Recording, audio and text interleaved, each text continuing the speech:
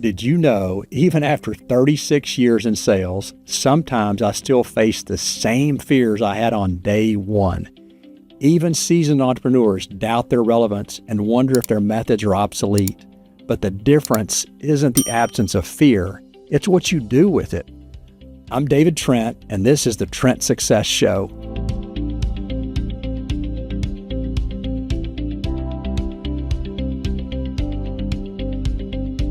Welcome back to the Trent Success Show. I'm David Trent, entrepreneur, coach, and author, and I help leaders like you build businesses with purpose, clarity, and long-term impact.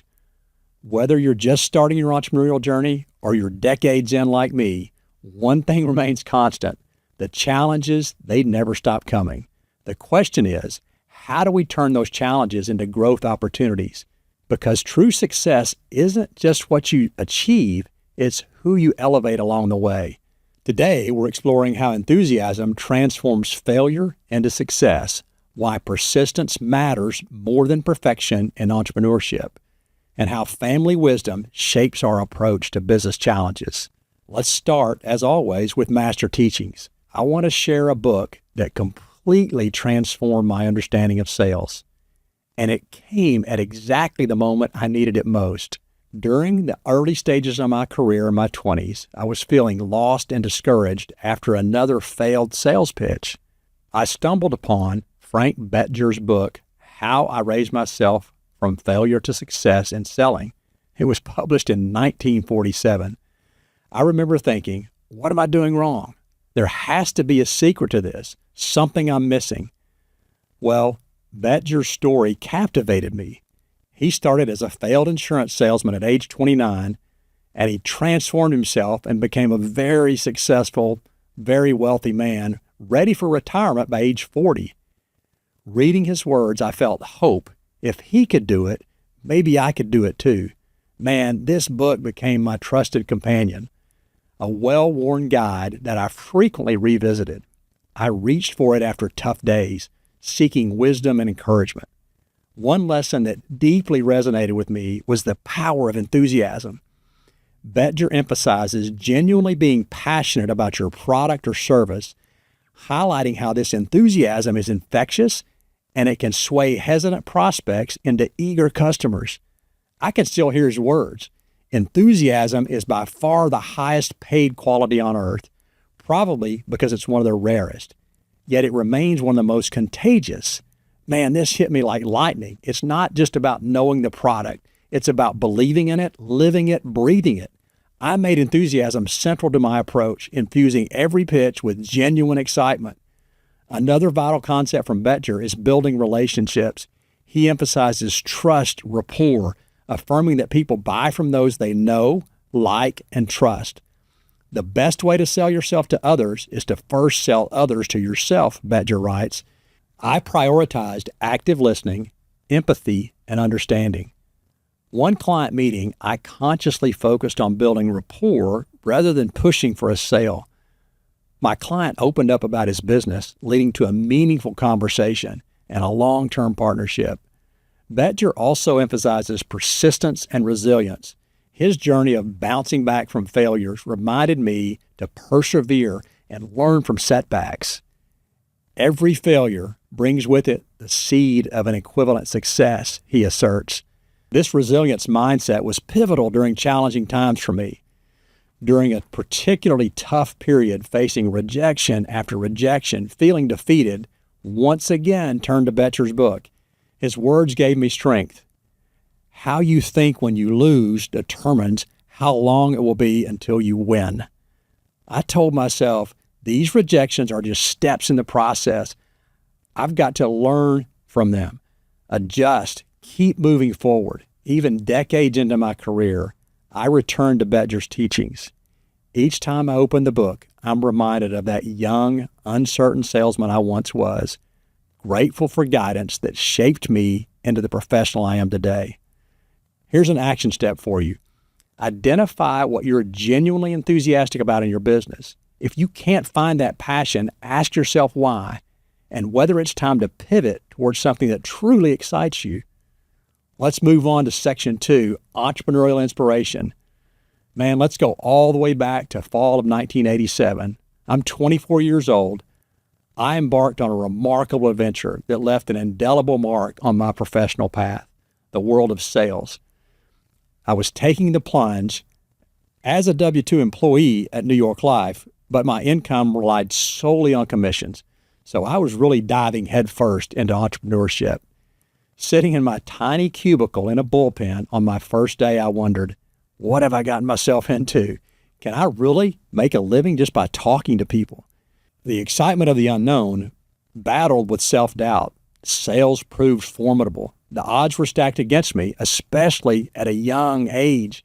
I was determined to crack the code of success. During a particularly tough week, I remember staring at my phone, willing it to ring. Come on, David, I muttered. You can do this. Just pick up the phone and make the call. My hand hovered over the receiver, trembling. The fear of rejection was paralyzing. I consistently second-guessed myself, wondering, do I truly understand the products? Can I effectively communicate their value? Man, the fear of rejection and pressure to meet quotas weighed heavily. Yet despite these uncertainties, there was inexplicable allure to the challenge, a sense that mastering this skill would open unimaginable doors. Man, my self-talk didn't help. You're too young. You have no experience, David. You haven't had any success. How do I even start? These thoughts gnawed at my confidence, making each day an uphill battle. Fast forward 38 years to age 62. I've honed my skills. I've become adept at sales. Man, the challenge hasn't diminished. Even now, I think, am I still relevant in this rapidly changing market? Can I keep up with my younger, tech-savvy competitors? Starting Trent Capital Management at age 33 was another uphill battle. Just when I thought I'd figured it all out, strategies that once worked suddenly stopped yielding results. I vividly remember 2022 suggesting our new alternative investment portfolios to a longtime client, a CEO of a mid-sized company. David, he said, leaning back, I've always valued your advice, but I'm not sure this aligns with our current goals. Man, I felt a familiar knot in my stomach, kind of reminisced back to the New York Life days. We'd spent weeks with our team tailoring this presentation, confident it would resonate. Yet here I was, watching my carefully crafted advice fall flat. That evening, I couldn't shake the disappointment. Maybe I'm losing my touch. Maybe the market's changed more than I realized.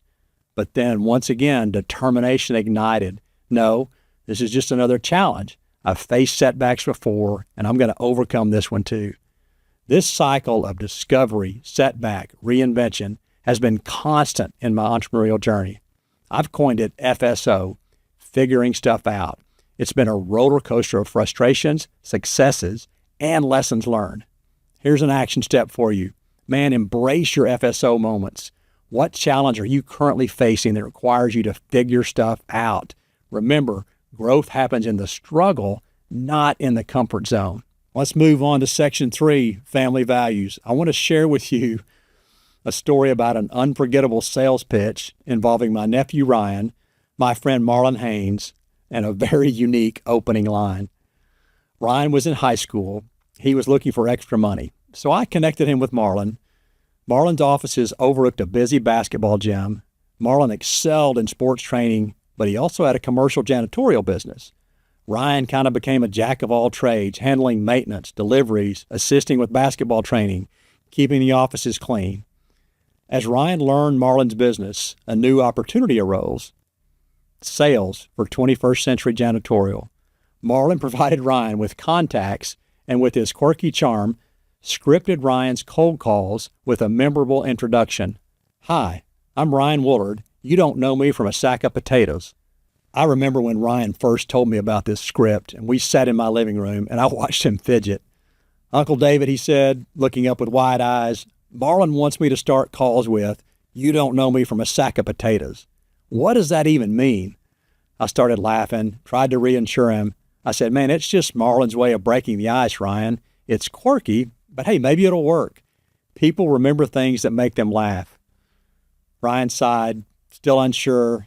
Man, he goes, I don't know. It just feels weird. What if they hang up? I could see his anxiety. I thought back to my early sales days, feeling that same knot before every call. Ryan, I said, the worst thing they can do is say no.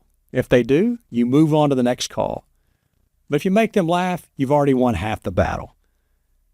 Intrigued by this phrase, I did a little research. I discovered that "you don't know me from a sack of potatoes" is just a whimsical idiom poking fun at someone's lack of familiarity.